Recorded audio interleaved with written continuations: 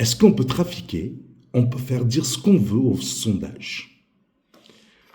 Ce n'est pas moi qui va vous répondre, ça va être Frédéric Dabi, donc président de l'IFOP, un institut de sondage, qui va vous répondre.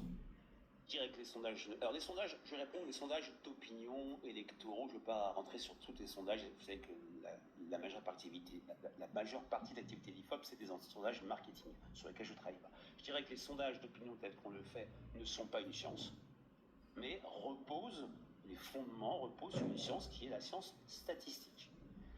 Alors, est-ce que l'on peut falsifier une enquête d'opinion? Oui, bien. Oui. On peut falsifier, on peut trafiquer, on peut faire dire ce qu'on veut, effectivement, à un sondage d'opinion. C'est dramatique tout de même. C'est que aujourd'hui, la question qui était la suivante, est-ce qu'on le fait? Oui, on le fait.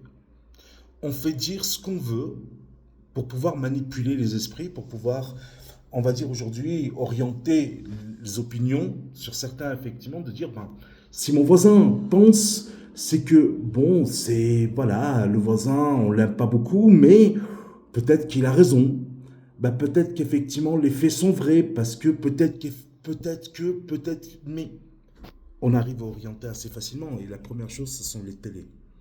La première chose, effectivement, donc là-dedans, notre ami Macron disait, mais la, euh, les réseaux sociaux, mais les réseaux sociaux, lorsque vous avez effectivement donc la certitude de faire les choses proprement, c'est une bénédiction. C'est une bénédiction. Vous avez des millions de personnes que vous pouvez à un instant toucher, chose que vous ne pouvez pas faire effectivement, si vous voulez, à l'époque des troubadours.